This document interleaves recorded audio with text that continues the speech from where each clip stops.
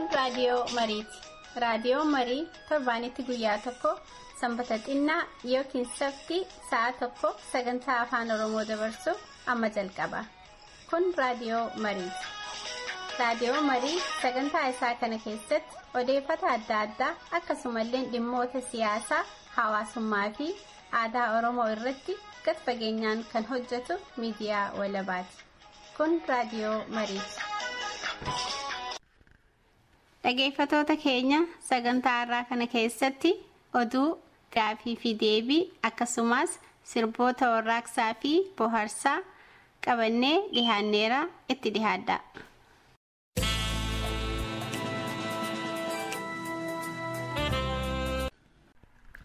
Dhaggeeffattoota keenya akkanatti aansinee oduu sin dhageessifna. Oosaan yookiin waldaan qorannoo Oromoo miidiyaa konferensii kan baranaa guyyaa kaleessaa as magaalaa Atlaantaa Georgia State University haala bareedaan xumurate. Miidiyaa konferensii kaleessa gaggeeffamaa oole kan irratti hayyoonni Oosaa baay'inaan argamanii haala Oromoof Oromiyaa ilaallatu irratti keessaa dhimmoota jaarmiyaaf qabsoo bilisummaa Oromoo akkasumas haala hacuuccaa mirga namoomaaf saaminsa lafaa irratti qabxiilee jajjaboof bibbiltoota aan irratti intala dhiyeessan. Konferensichi akkuma aadaa Oromoo eebba jaarsoliin kan jalqabame yeroo ta'u,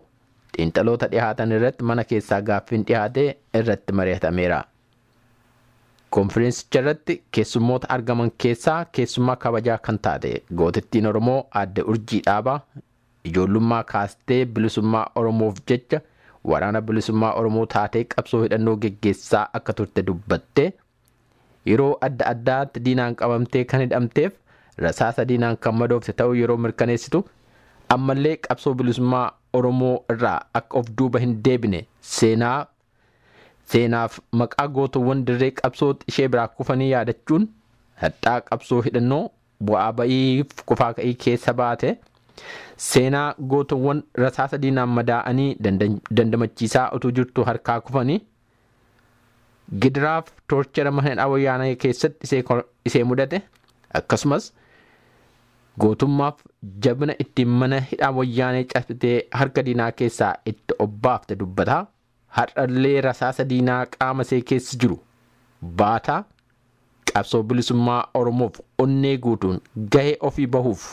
kan koomeerra of dhaabataa jirtu ta'uun haasaa iseerraa hubatamaadha. Akka Aadde Urjiin dubbattutti uummanni Oromoo duguuggaaf badii itti aggaammatamee jiru of dandamachiisuu kan danda'u akkasumas mirga qawween sarbame kan deeffachuu danda'u har'allee karaa qabsoo hidhannoo qofaan malee filmaanni biroo kan hin jirre ta'uu dubbata. Kanaaf ammoo dhugaa jiru walitti himuun ummatichis ta'e hoogganni dirqama ofii bahuu akka qabu jabinaan dubbatti. Guutuu haasaa gootitti Oromoo Aadde Urjii Dhaabaa booda irratti isiniif dhiyeessina.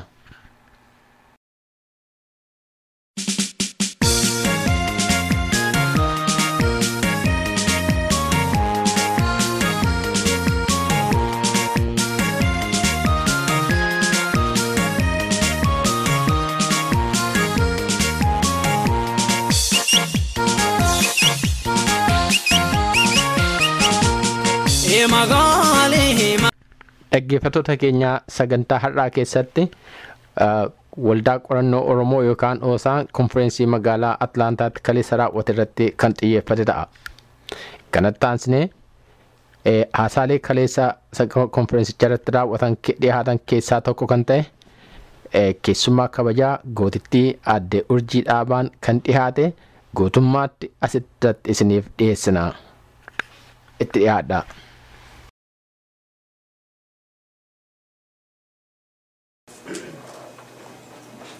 Bamsi jalqaba qaboodaa jalqaba. Inni kunis pirootokoolii. Mirgarraa eegalatti bitatti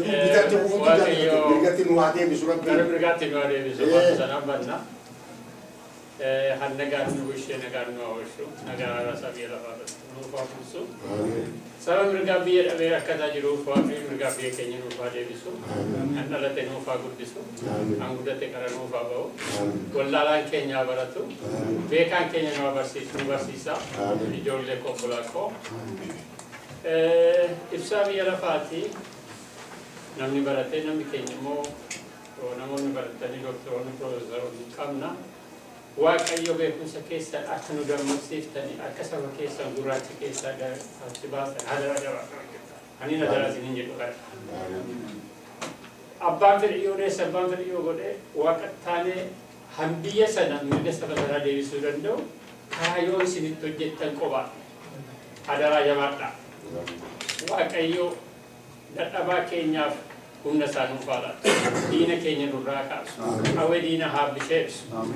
qawwee sabni Oromoo qabatee mirga isaa dubbatan qara nuuf haa baasu an dhalate nuuf haa guddatu an guddate qara nuuf haa ba'u wallaalaan keenya haa baru beekan keenya nu barsiisaa xinnaan keenya nuuf haa guddatu guddaan keenya immoo waaqayyoon qabannee humni wal ijaarsaa saba keenya biyya keenya akka dhalne akka biyyi keenya mirgaa ofiisaa argatu waaqayyo nuuf haa godhu waaqayyotti nuuf haa godhu.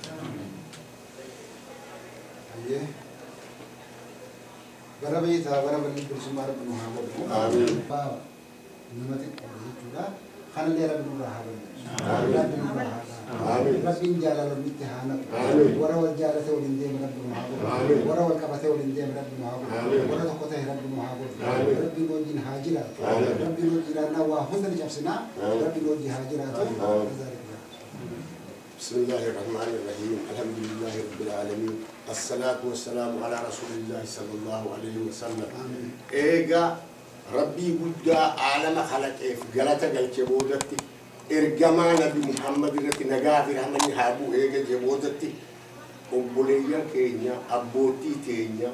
هيدروتا كينيا أنجفوتا كينيا خفوفي يادن نفلفانا قاتا هدو يفول ربي تهاتلو خجروا حاجلتهم جلتهم ما قطع خنا مودتي ربي والمهابيس ورا أباه ورتي بكرة المهابو ونبليس خجيبة ورا خجيبة إيسي أباه أولتي بكرة ربي المهابو بقولي والبي ربي المهابو نما يفيف بكرة ربي المهابو نتيفي بكرة بيفني نما يفيف بكرة حسب يفيت الأكو خبيه يفيت الأكو سرب بنهاجو نوتي خوريتي حيوان بنيس على ديمومتي نما وانو وعنكتين كمو بوتو أو حجو مرتنون بوتو من سني والبيني والجل خديم رب نهاجو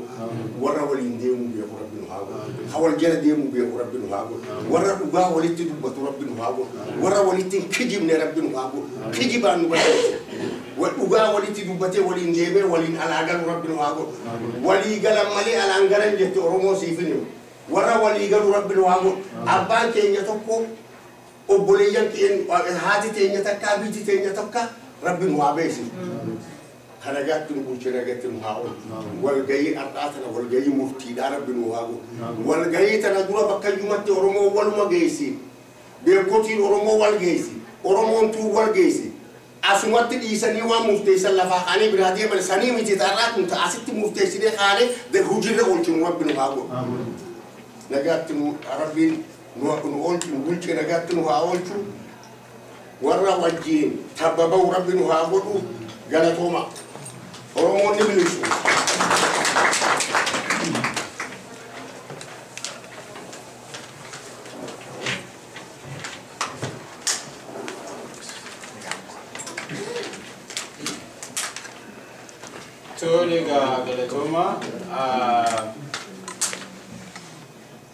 I would like to thank our elders.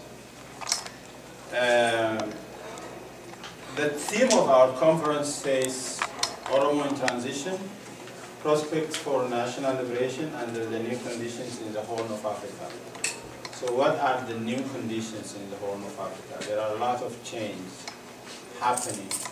that have happened in the past. As we all know, the Ethiopian dictator Meles Zenawi is dead.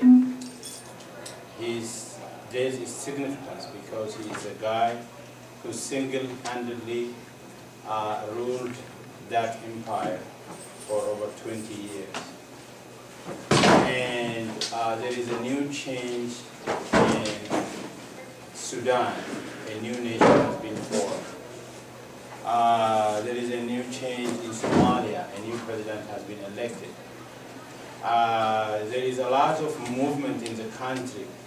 Ethiopian Muslims are protesting by the day. And all people are struggling to get their freedom.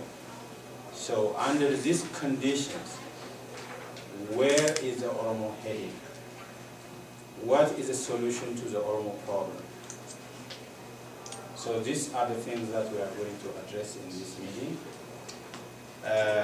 Hala biyya keenya keessatti addatti uumamaa jiru. Du'a Mallasaa Zeenaawii ilaalchisee akkasumas mootummaan addaa Sudaanitti fakkeenyaaf uumamteetti, mootummaan Somaaliyaa pirezidantii haaraa argatteetti,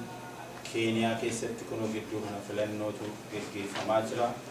Uummanni Musliimaa guyyaa guyyaatti kunoo waggaara darbee qabsoo gaggeessaa jira mootummaa kanarratti. Uummanni Oromollee akkanuma. Haalli keenya kun uummanni Oromoo garamitti deema? Maaltu nuuf jira? Maaltu nuuf dhufuudhaaf deema? Maaltu nuuf wayya? Karaa kamirra deemna? Isa jedhu irratti beektonni keenya heddumminaanii irratti qophaa'anii nu geessuudhaaf deemu. Kanaafi hundi keessanii akka hundi keenya lakkoofsi keenya asirratti amma baay'ee fakkaachuu baatus walga'iin kun walga'ii guddaadha. Maaliif ergaan inni dabarsu ergaa guddaadha, ergaa cimaadha. Waraabameettus immoo gara boodaatti darbuudhaaf deema. Kanaaf gaatonni fagootu hin deemin adde Urjii Dhaabaa asii waraqaa kanarraa dubbisuu hin ooltanii seenaan ishee baay'ee kan nama boonsisu, kan qabsoo Oromoo keessatti dararamte, kan hidhamte, kan toorchatu taate, kan ijoollee maatiiwwan ishee abbaa ishee dabalatee kan itti dhabde, obbolaa ishee kan itti dhabde, haaluma miracle jedhamuun yookaan haala nama iyyaachisiisneeni mana hidhaa sana keessaa ofuma isheetiin cabsitee baate jechuun ofuma isheetiin karaatti baatu barbaaddattee achi keessaa baate achiitii baatee haritti kan isheen hidhamte Hararii baatee Dirreedawaa deemtee Dirreedawaa baatee gargaarsi saboota keenya jechuun bira jira. Dirreedawaadhaatii Jabuutiidha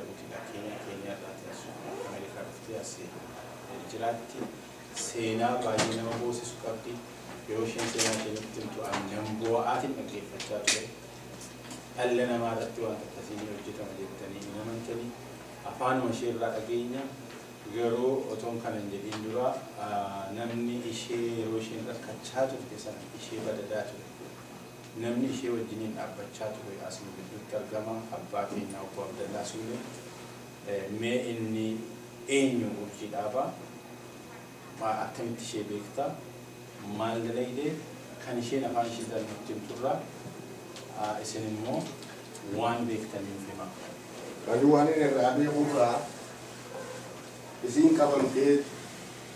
waraanni Tigreedhaa namni kan itti taphatee harkaa baatee Dirreedawaa seentee warri Dirreedawaadhaa uummanni keenya ammallee akkasuma fuudhanii isii mana galchanii hospitaala geessinaan Sultaan Balaayii malee hin danda'amu kun jedhanii Addis Ababaatti natti erga. Fuudhanii Addis Ababaatti Fustullaa hospitaalitti wallaa. Waan jabaatu irra geessi. Hoggaanii fi wanni jabaan sun irra gahee fayyu. Ati amma waan kaayoo keetii baate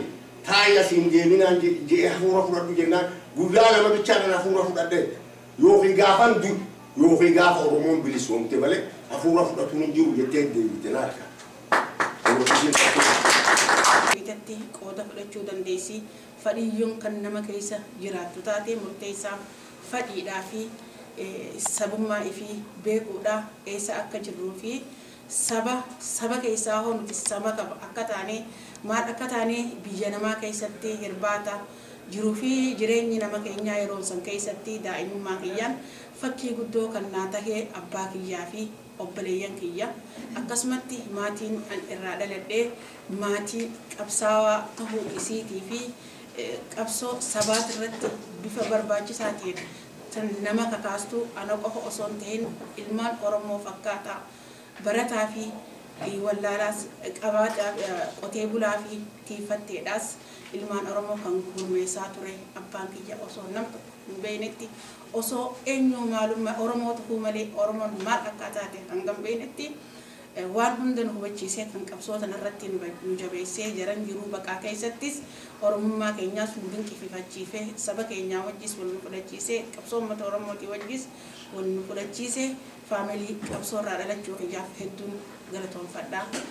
seenaan haayaa tokko akkasuma wajjin bara 86 keessa naannoo dhihaa Oromiyaa lixa Oromiyaatiin ture achirraa isgat deebi'e 86 dhuma kana keessa achittis dararaa fi rakkoo haala silaa Oromoon ittiin qabsoo gootuu fi haala silaa qabsoon Oromoodhaa babal'achuullee yoo kan baatu taate Oromoon Oromoo taate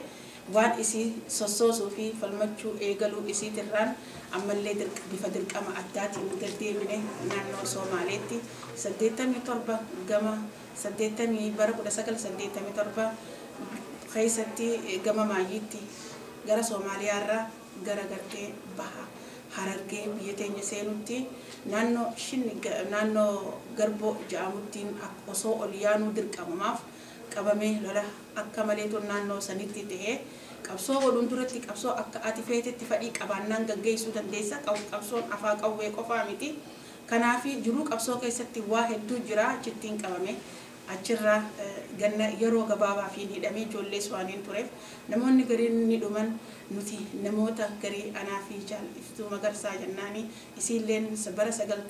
1997 keessa kuftee abbaan isii immoo bara 1990 fi bara 1970 fi 8 keessa kufee akkasumatti isiillee yeroo gabaabatti boqottee osoo guyyaa tokko wal hin arkin abbaa mana isiitiinis fakkeenyi akkasii hedduudha ilmaan Oromoo keessa kan abbaan manaa dura dhi'ee isiilleen amma yeroo gabaabaa keessatti du'aa jirtu kuni qooda uummata Oromoo kan waliigalaa taheeti jira kana keessa bara 80moota keessa bifa haareettiin bakka silaa humniti bakka silaa jirtutti bakka silaa barbaachisaa seesan keessatti argame qooda waliigalatti qabsoon qabdu keessa tokko kan if duuba hin deebi'in jabeenyaan hidhamuunii fi madaa'uun kan nutti hin dhagaamin qooda fudhannaa jabaa gaggeessaa turre kana keessaa bara erga gartee dargiin cabee magaalatti ol baaneessi dargii humna keenyaan meeshaa takka lama godhaa lama sadii godhaa dargiin dabree bara 1991 keessatti haala uummata Oromoo mudate isin marti keessanuu ni beektan Oromoon maal akka turte maal keessa baatee qabsoon isiidhaa eessa keessa akka dabartee humna isiitiin kadhaa osoo hin ta'in ka addunyaa hin gargaarin ka ollaan hin gargaarin ilmaan Oromoo keessattuu lafa qotee bulaa ilmaan tiifatteetii fi qotee bulaatiin qabsoon siidhaa babal'attee hanga sadarkaa diinillee cabee magaalatti ol bahamu takkatti qooda fudhannaa uummata qabsoon barataa fi barsiisaa hulaatti dhadhooytee manatti itti dhufte qabsoon achirraa kaate uummata Oromoodhaa bahaa fi seensa walgeessee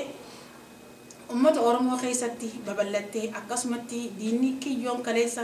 bifa riphee lolaatiin qabsoo tana keessaa akka riphee lolaatti wal fakkaataa qabsoo tanaatiin riphee lolaa ta'ee diinni keenya duraa duubaan fira sira namaan nuun qabneef jecha diinni keenya tokkuma kaayoon isaatis tokkuma kaleessa bifa riphee lolaa yookaan waliin turru taate dhaalaa kan duraarraa dhaalmee qabuuf jecha lafa biyya teenyaatii fi albuuda biyya teenyaatii fi qabeenyi biyya teenyaa daran isatti dhagahame fira horachuudhaan diinni kun biyya teenya irratti harka babal'ifatee namni keenya bara 1990 takka seenna 92 irratti waraanni adda bilisummaa Oromoo chaaltara seenuudhaan humni teenya kan ittiin cabuu dandeesse kufaatiin teenya achirraa eegaltee sadarkaa kanaan nu geessee ja'a kufaatiin haalli yeroo san keessatti nurra gahee chaartaratti galuudhaan ilmaan namaa kan hangaan kuma meeqaan hin lakkaawamne kan kuma diidama jaamalee kuma diidama ol hin lakkaawamu waraabessaa fi allaattiillee nyaachuu diddee irra dabarte mataa xiyyaara kaniin reef ilma namaa du'aa ilma namaa irra dabre lakkoofsa namaa kaniin himee fixuu hin dandeenye qabsoon uummata Oromoodha dararaa san keessallee dabarre haala sanis nama keenya kan karaa irraa meessinee dandamachiisuu danda'uun keenya mallee jabeenya keenyaan ja'a akkasii wajjin ani bara san keessatti bifa addaatiin sosohoo ture maalii fi bara 90 takka san keessatti haalli hamaan san yeroo mudatu gara madoottiin gaddeebi'ee mana keessaa gara madoottiin gaddeebi'ee haalli akka mala hamaa taheetiin gara madoo nama 30tu bakka addaa jira madoo tanatti haala tahee abbaatu wal'aanuun jalqabee madoon tuni gara nama 30 irraa gara nama 13 tunna durna harkatti dhume akkaataan ittiin harkatti dhume haalli yeroodhaatis wal fudhachuu dhabuu fi ummanni keenyas yeroo san keessatti diinni shoora keessee alaa fi mana isaarraa ari'ee walirratti irkachuu dhabuunis hedduu sodaa taate yaadannoo ijoollootaan an qabu haala qabsoo waraanni hiikachuu qaba kan jedhu ijoolloonni barattoota kutaa dhihaa ijoollee dabdoollee fi najjoo ammallee akkasumatti gimbiidhaa ijoolleen nama 16 barnootaaf barsiistootaaf sadarkaa duraa keessaa Tolasaa Dheeresaatii fi Ayyaantuu Dabalaa akkasumatti ayyaantuu seenaatii fi guddataa yaadataa ijoolleen warreen haada fudhatanii yeroo san keessatti barnoota isaanii gadhiisanii arraqoonni keenya saba keenyaaf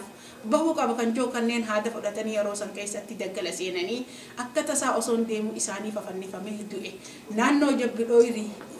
waayu naannoo Jabbidhooyirii keessatti ana mataa kiyyaa kanneen osoo lubbuun isaanii hin du'in dhaqqabees haada mataa kiyyaanii kaniin irraa ciree dhattuu naannoo sanii waan hin ta'eef naannoo saniis waan hin hubadhuuf garii isaanii kan lubbuun irraan bahin ammoo naannoon beeku keessatti awwaalee kaniin madoo teenyaas naannoo san keessatti awwaalee maaliif ifirratti hirkannootii fi hundeen qaama qabsoota naannoo malee abbaa waan hin qabneef jecha isaan kaniin awwaalee jaallan kana awwaalee yaadata seenaatii fi akkasumatti Dheeresaa Tolasaa isaan kan keessa bayyatanii naaf wayyaawanii maayirratti jaalli kuni diinaan sardamee achumatti dhawamee osoo if arku lafee isaa komeerraa miila isaa ilaa asitti if keessaa baasee jaalurjii ani kanaan booda humna waan hin qabneef jecha hanga dandeessutti lafee tana baasitii bakka seenaa qabdutti awwaalinaan jedhe waldee waayyuutii fi waldee gobeentitti awwaale kana waan ta'eef booyuu osoo hin ta'in boonchisa ofirraa hambisuu qabnaa kan jiru jechuudha. Hojiidhaan dinqisiifachuu qabna jireenya keenya keessatti Oromoon booyuu qofa osoo hin ta'in boonchisuus danda'uu qabdii kan jiru qabaa jechuudha. Yeroo sanitti ani wanni isinii irraa himu hedduu ani waan mataa kiyyaa fuuna shooran keessee kanaaf ijoollee tana wallaaneetiin ijoollee tana akkaataan isin ijoollee tana itti wallaane haala ajaa'ibaati jechuudha. waan takka godhuu hin danda'u namaas hin argu algee karaan dabruun dhabeetiin algee higeetiin madootana guyyaa algee guureetiin akka dhaabni itti nu barsiisetti ummata keessa seennee ummata dammeeffannee guyyaa algee higee wayaa ummataatiin uffadhe guyyaa algee higeetiin guyyaa algee haameetiin halkan algee foohee algee san magaalaa geessee gurguree galaa fi jireenya hanga silaa haalli keenya kar tokkotti deebi'ee karaa tokko qabannutti madoota na jiraachisaa ture maaliif hamilee isaanii eeguuf badda gaaraa fi lagaa fi gaaratti isaan jidduu deemee bakkaan itti dhukkubsadhettis muka jala ciisee hamileeti eeguu osoo hin tahinitti bakkaan deemuu dadhabetti illee jirbaan deemee hamilee isaanii eeguuf hayyee bakka kanaa humniti ni jirti arra dirqamni bakka kanaa irratti waan kana gaggeessan jechuun isaan bakka tana isaan bakka taa'an kana jabeessuu jarraa kan kee isaanitti hamilee godheetiin isaan achi tarkaanfachiisuu danda'e gara 92 gara gartee walakkaa irratti humna taanee walitti deebinee jarri kunis gariin isaanii naaf fayyanii bakkatti deebi'uudhaan dirqama addaa fudhadhee bobbaan eegalee mataa kiyyaaf dirqamni hogguun jedhu dirqama hedduutu jira kan fudhachuu dandeenyu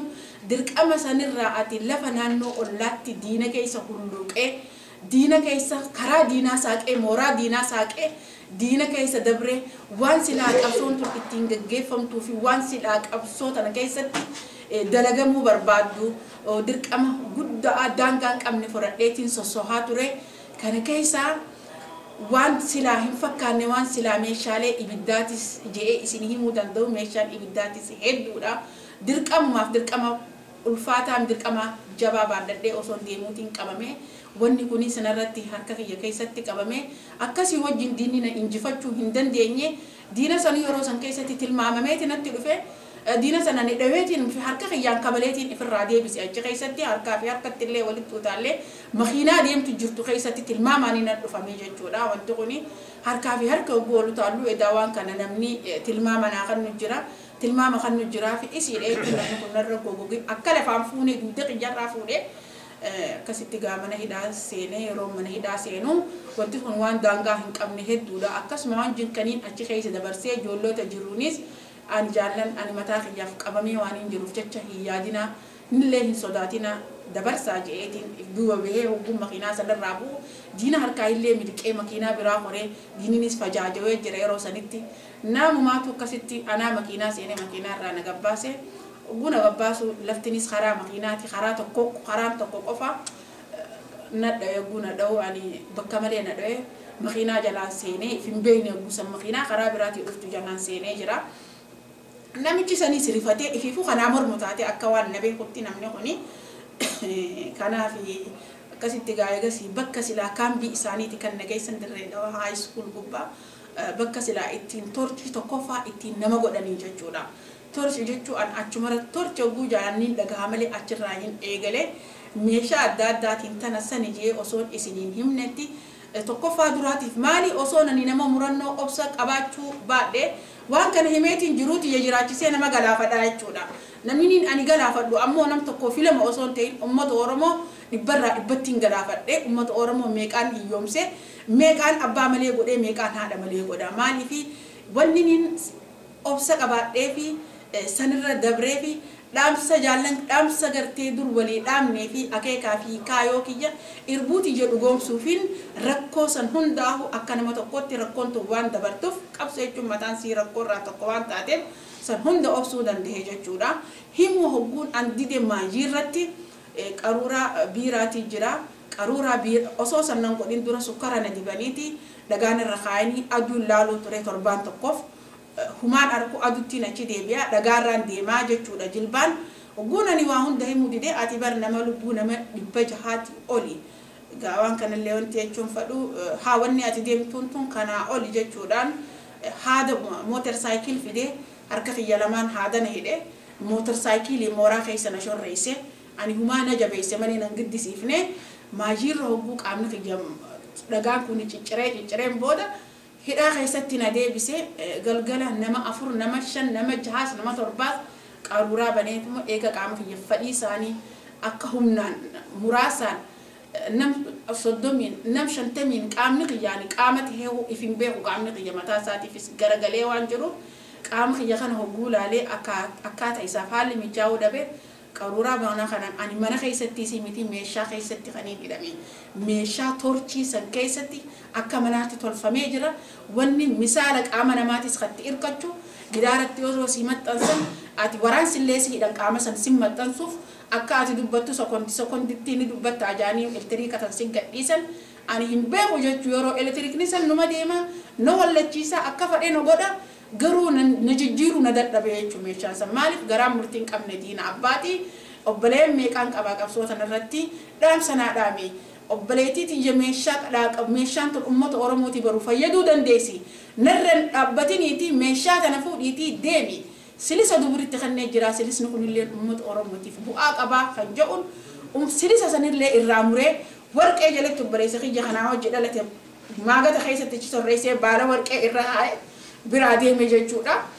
yeroo kanatti dubbiirra isiniifin tarkaanfadhee abbaan kiyya kan na dhale dhufeeti naannoo san jira ji'a gabaabaa keessatti nama 3 kanin hojii dhaladhe dhabe abbaan kiyya ija keessa ilaaluu yeroo dadhaban haa galtuu hii jennan Oromiyaa bilisoomee meeshaa ijoollee tiyyaa anaatu ittiin bakka bu'uu danda'a malee Oromiyaa bilisoomee moo isiitu qabdu moo maqaa gantuu moo gaasuu fi qabsoo yeroo dheeraa ittiin jilbilfannee sadarkaa kana geenyarra sababii urjiin ittiin galuu dandeessu kan nagaddisiisu kan yoomuu hin irraanfanne jee abbaan kiyya raamsadhaame abbaan kiyya innis akkasumatti dabree egaa akkasumatti bakka saniirrattiin isinii deebi'a yeroo nani qaama kiyyarra akka gara dhaban qaruuraa baaseeti qaruuraa natti gadhiise qaruuraan kun qaama kiyya kana hundani tarsaase shaamaa ibiddaa akkana shaamaa qabsiiseeti shaamaa ifaanaa quudhu dadhabeeti shaamaa narratti beeksee shaamaadha shaamaan qaama kiyya osoo narkuuti haare lafatti shaamaan kun qaama kiyya keessa ibidda laaksi qafideeti narratti gadhiise laaksni qaama kiyya fuudhee qaama kiyya hojiin ala godhe kana keessa akkasitti anaa dararaa akkasiirra jiru humaata akka guunarraa dhaban namoonni biraatis ni jira garuu akka kiyya hin taane akka tasalolli bakka sanitti tahee lola san keessaa bahuu dandeenye yeroo bahuu dandeenyu jarrummaan keenyaa hunuu sanichi keessatti isaan fakkaannee nu dhawu ani sossoos waan hin dandeenyeef akkasitti eegas waraanni bakka san seenee dhawee nuus nu harkeechi keessaa nu baasee nu fuudhee nu fuunaanis an nama deemuu hin dandeenye yommuu ta'uun harkan qomnyeerra ummatuma keenyaatu qomnyeerra na kaayyatee gara ummataatiin na baase akkasumatti abbaan keenya haa galatoomuu mana yaalaa Hararirraa hangaan ciisu ciisee achirraa haguna dadhaban Jabuutii nageessan Jabuutii ji'a 3 hin ciisee Jabuutirraa Hararitti eegas ammaasis rifar karaa Finfinneetiin ta'ee haa galatoomanii abbaa kiyyaa Abdallaa Sulee abbaa Oromoo hundaa akkasumas Korneel Alamuu Qixxeessaatii fi akkasumatti illee Shamshaddiin Abdoo akkasumatti obbo Kidaanee fi obbo Isaa warreen isaan seeqan kan dabrees biyya Rabbirraa haasablisuu qaanis Rabbi rahmataa godhuu fi kana waan ta'aniif bifa san keessa dabreetiin hidhaan naaf haaree waan hin tahiniif hidhaa lammadaati hidhaa dargifoota hidhaa sanii bifa akkasiitiin ammallee wayyaawee humna bakka silaa barbaachisaa qaama silaa barbaachisaa ta'u keessatti qaama fadhiin tiyya keessa jirtu qaama hamileen tiyya keessa jirtu keessatti deebi'uu danda'ee achi booda kan na gammachiisu kan na dinqisiisu daran dirqama san raawwadhee hujiin kaleessa manaa baheefsan mi'a kiyya baadhadhee diina kiyya tokkoo fi lama osoo hin tahin dhibbaa ol waan silaa barbaachisaa ta'u san godhee lafatti ilaalee mi'allee irraa buusee hanga 180tti isaan irra deemee lakkaawee ifillee ilaalee maayyii kiyyatti dubbiin beekuun kiyya dirqama ta'uu danda'ee jaallan na kadhatanii takkarra lamarra sadii irra soosoohuu dadhabbii kiyyarraa qaamni kiyya qaama namaarraa qaama walitti jijjiiramee meeshaan qaama kiyyaa takkallee dalaguu dadhabbii ifis qabuu hin danda'u akkuma horii gartee karaa deemuu ta'uudhaaniin sadarkaa sanarra gahee akkasiin garuu kan na gammachiisu san keessa dabree aldarlee waaniin karee biheef sanarratti deebi'ee dirqama kiyya raawwachuudha kan na gammachiisee ummata kiyya keessatti illee na gammachiisuu danda'u eegasii ammallee bara 19 san keessaa eegaan bee duubettiin deebinaan maaliin ta'uu eegalee duraanis waa'ee fayyaa keessaa hin qorannoo fudhachaa ture madoo teenyaa jira madoo teenya ka ija hin qabneef ija taheetiin ka harka hin qabneefis harka tahee ka miila hin qabneefis miila tahee bifa haarayaan dirqama gaggeessu dirqama jabaa baadhadhee galaa isaaniitii fi jireenya isaaniitii fi rakkoo qaama isaanii hunda akka qaama kiyyaatti isaan tajaajiluu ture jechuudha. Kanaan booda akkasitti kaniin yaadannoon dagachuu hin dandeenye haalli hamaan achi boodaa sirrii adda addaa tokko nu mudatee lola kan ammoo ani mataa kiyyaaf isaan jijjiiruu bakka isaan oolan bultii isaanii tana olii gad dabarsuu fi kan keessatti haalli hamaan adda addaa kan nu mudatee jira. Kana keessa warreen ijoolleen kan tafayyitee humnatti deebite bara 1996 keessatti ijoollee lama taniin bira kutuu hin dandeenye jaalataa yaadataatii fi bareentoo wadaay ijoolleen tun ijoollee umriin isaaniitis ganna 20 gadiiti kaniin irraanfachuu hin dandeenye ijoollonni kun jaalataan nama gartee dhoome wayyaawee jaalbareentoo immoo nama miila isaa humna tanaa dhoome miila isaatiin humna isaatiin ajjechuu hin dandeenye ijoollee tana bira warraan danda'u karaa raameeseetiin isaan lamaan kanaaf bakka takka geessee hogguulani galaa isaanii barbaada maaliif kan galatoo fi kan galaa isaanii barbaaduuf nama biraa osoo hin ta'in numa qaama keenya bakka keessa barbaannus qaama ummata keenya waan taateef isaan kanaan jireenya isaanii barbaaduuf hin deeme jireenya isaanii kana yeroon osoo hin fagaatin ittiin arkee yeroon hin deebi'u haalli naannoodhaa hammaatee diininis naannoo sanitti akka malee lola mixii ja'amuutiitu naannoo sanitti ta'ee jira.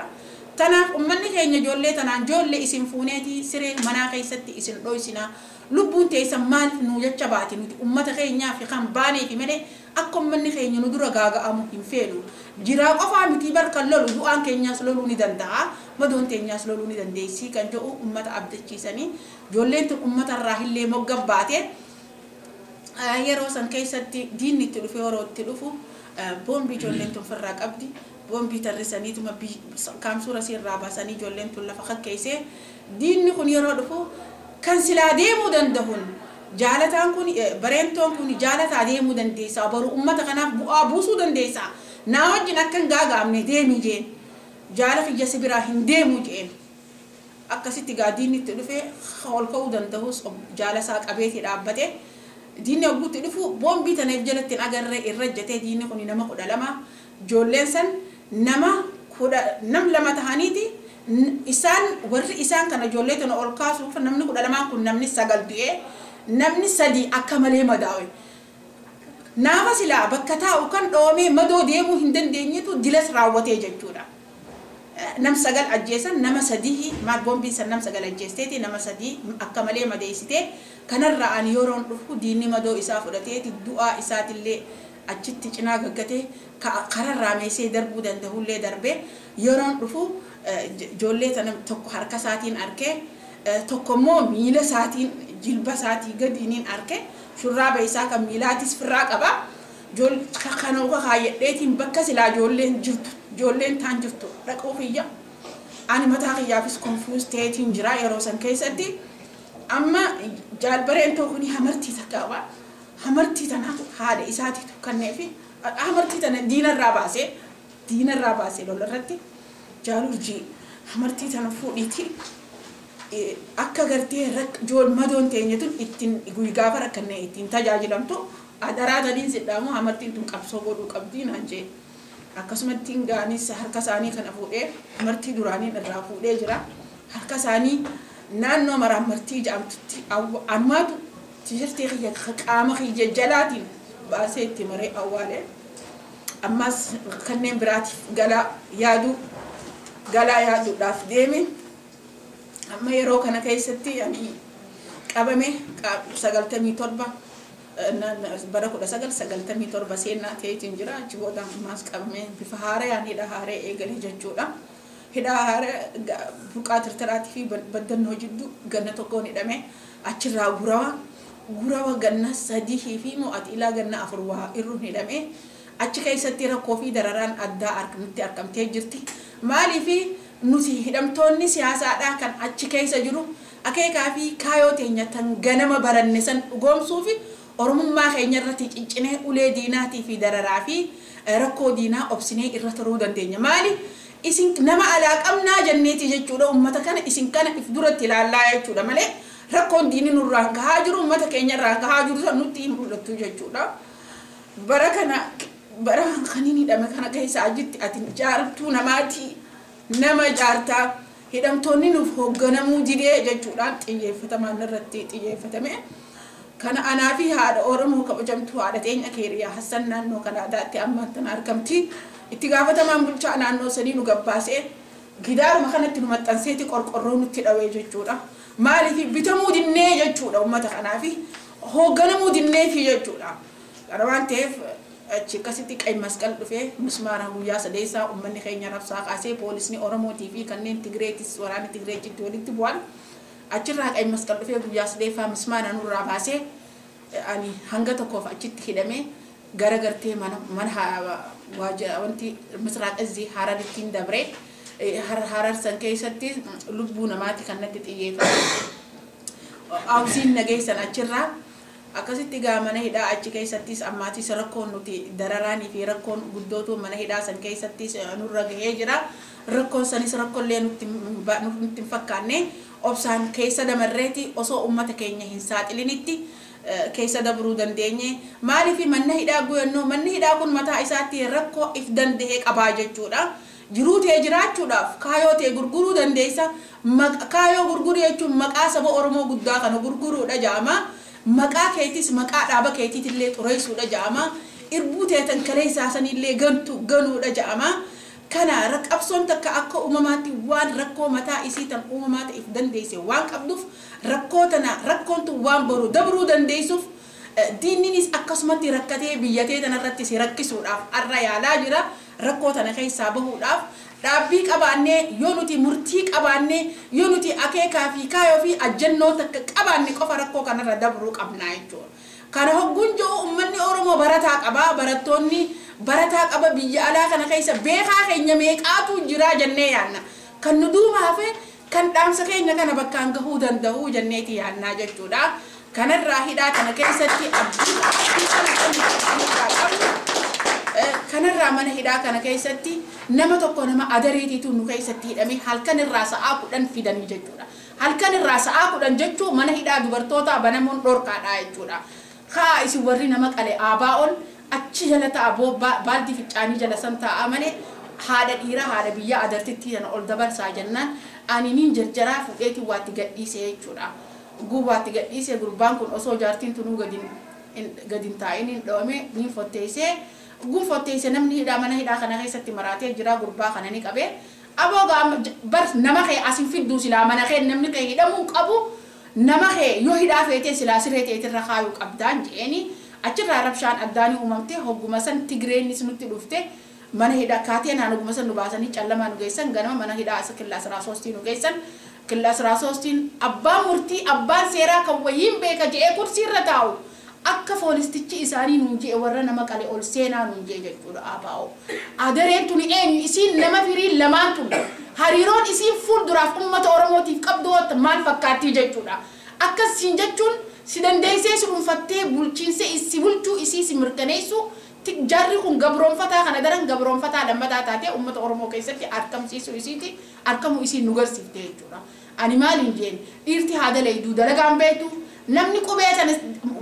qubee tana barachuu barreessuu fayyadamu itti gaafatamta dhiirti haada leeyduuti ati nu gaafachuus hin dandeessu eega nuti nama qallee taane siin ragaa nu baaha qalleessi mataa nu qabe jennaan nu arrabsiti jee ammaan tana lolaa fi uleedhaan nu qaal nuti fifu harkinii fi miilli yeroo san keessattiidhaa jirra. Akkasii wajjin dhuunfatamuu dhabnee saaxina baanan san seenuu dhabnee mana hidhaan nu geessan asiruma san mana hidhaadhaa Kilaraatti kan Oromoo jaanii nu geessan achi keessatti yaada keenya babal'ifannee hidhamne nuti hidhamtoota siyaasaa hidhamtoota seeraati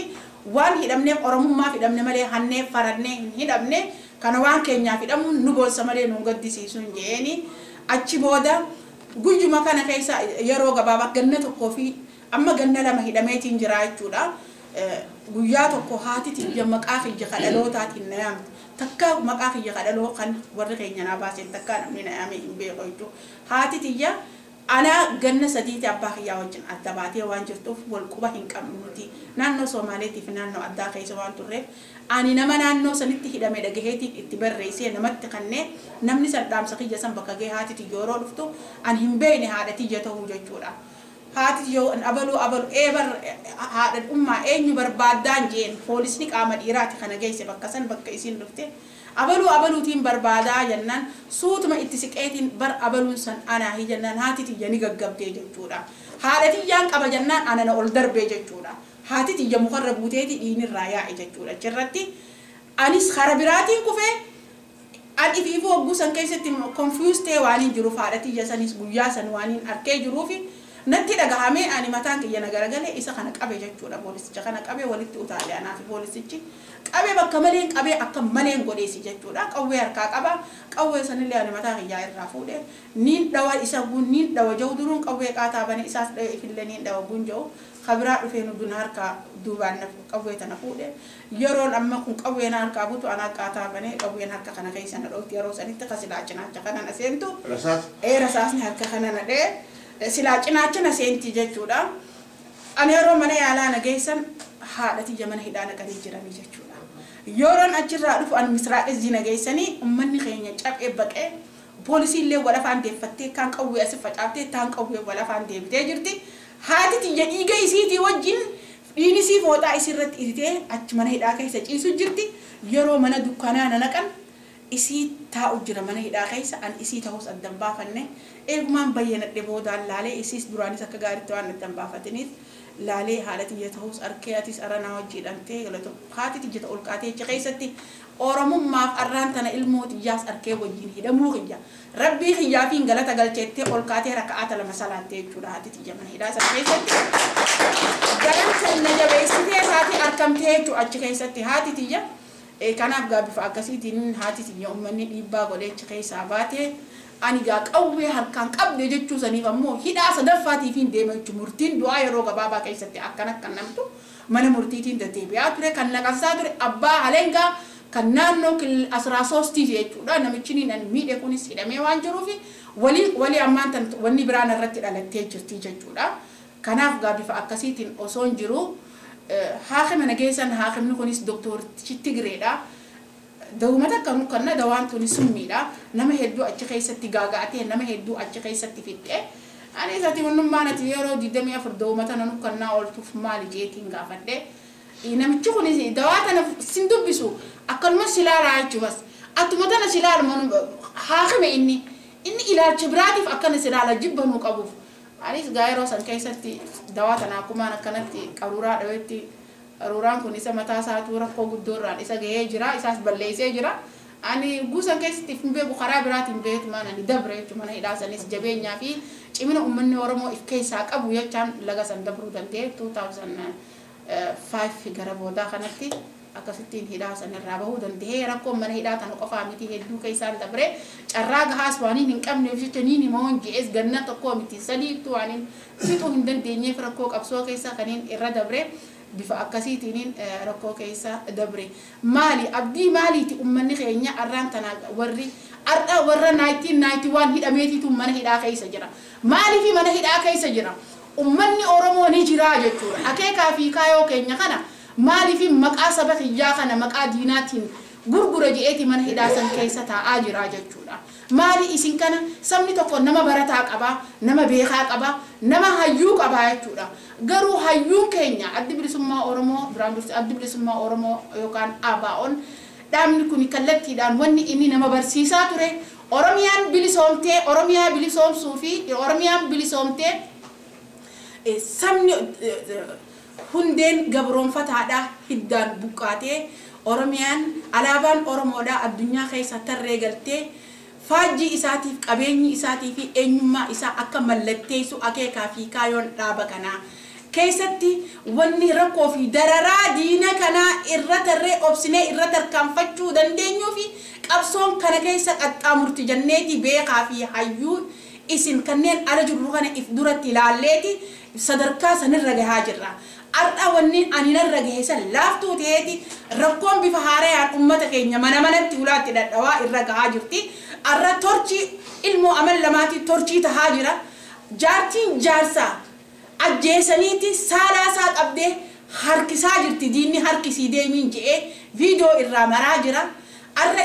jaarsi ama 70 torchii tahaa jira. Ummanni keenya kabajaa dhabee jiraan keenya kabajaa dhabeeti du'aan keenya kabajaa dhabeeti daangaan keenya kabajaa dhabee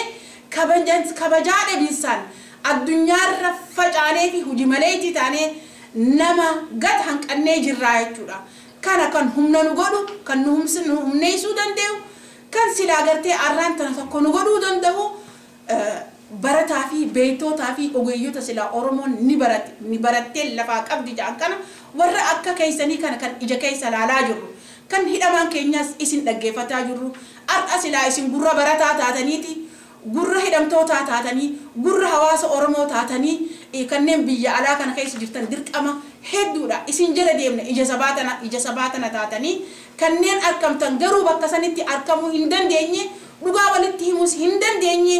eenyutti dhugaa akka himtan barreessuu fi seenaa nama yaadachiisuuf wal yaadachiisuuf wal barsiisuu qofa osoo hin ta'in yeroon ammaan tanaa murteessaan hojiidhaan dhugaa walitti himanii hojiidhaan wal agarsiisuudha kan Oromiyaa hogguu jiru kan mooraa diinaa keessa dhaabbatee barooda kan diinaaf gaachana ta'e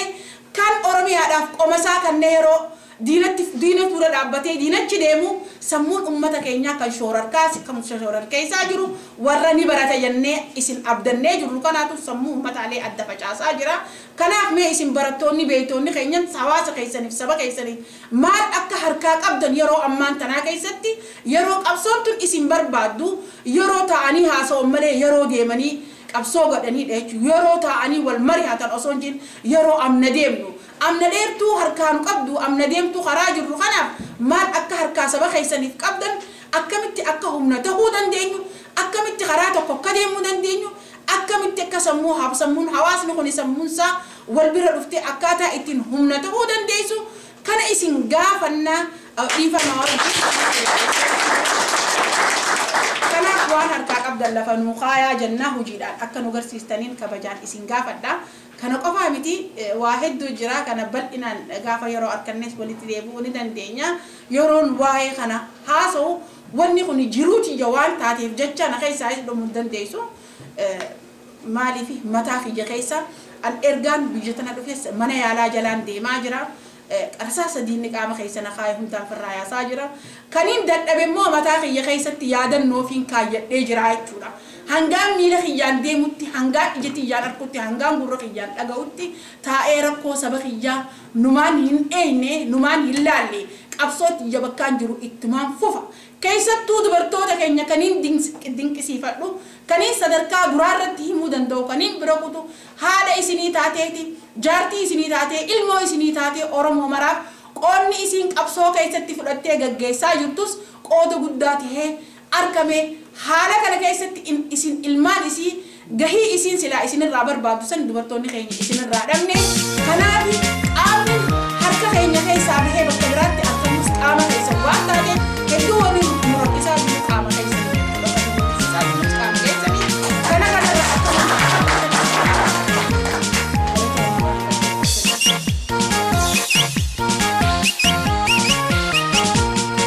Magale